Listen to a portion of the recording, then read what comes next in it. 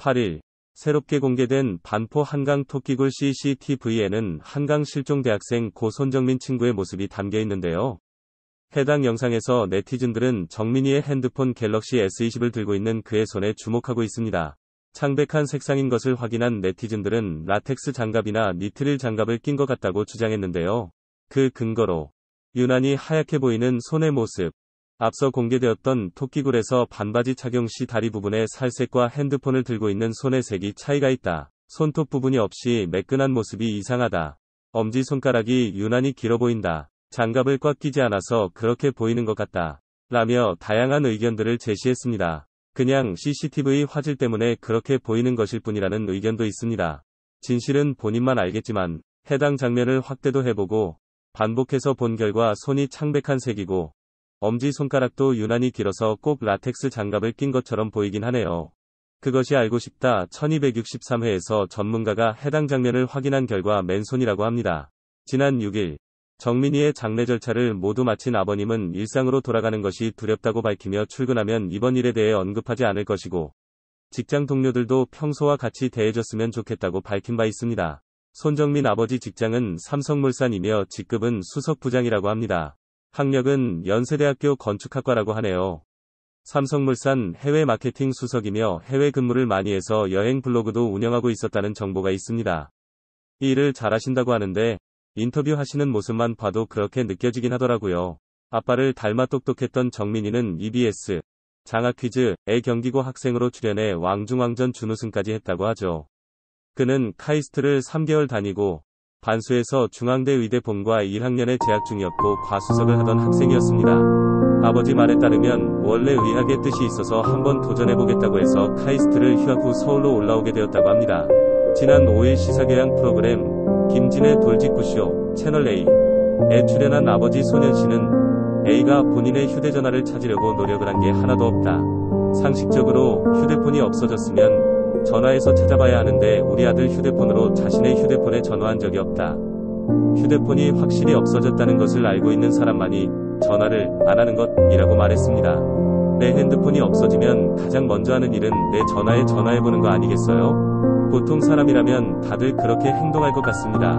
저도 없어졌을 때 가장 먼저 한 행동이 같이 있는 가족이나 친구 폰으로 전화해서 찾는 거였는데요. 또한 사고 발생일 그 다음날 A씨와 만났을 때 공기계를 사서 핸드폰 번호를 바꿨다고 했다.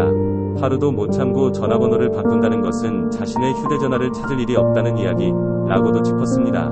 우리 아내가 얼마나 아들을 사랑하는지 A와 바뀌었다고 믿고 받을 때까지 걸 수밖에 없을 거예요.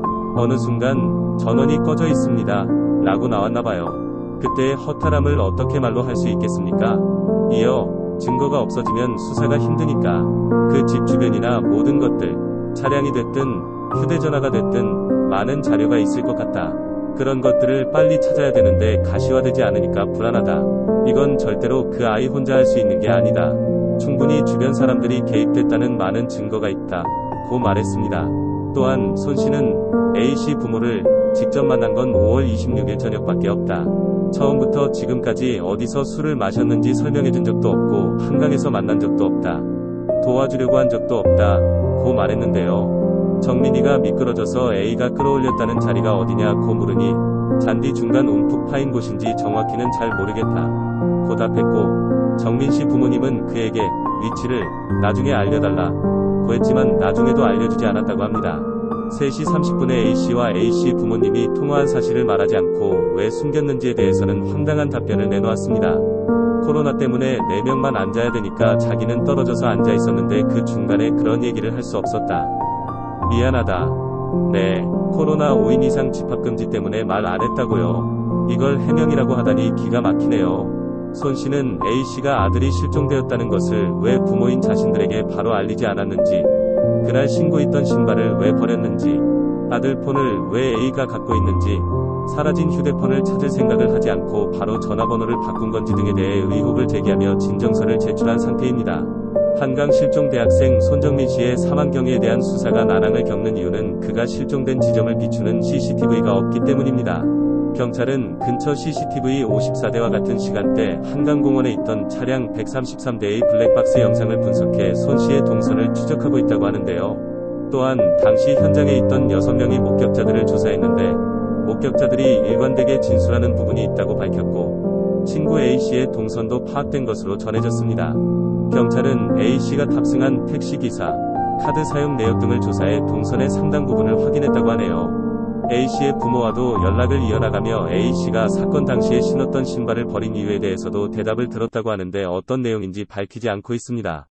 한편 A씨 변호인은 많은 의혹 중 한 가지를 해명했는데요.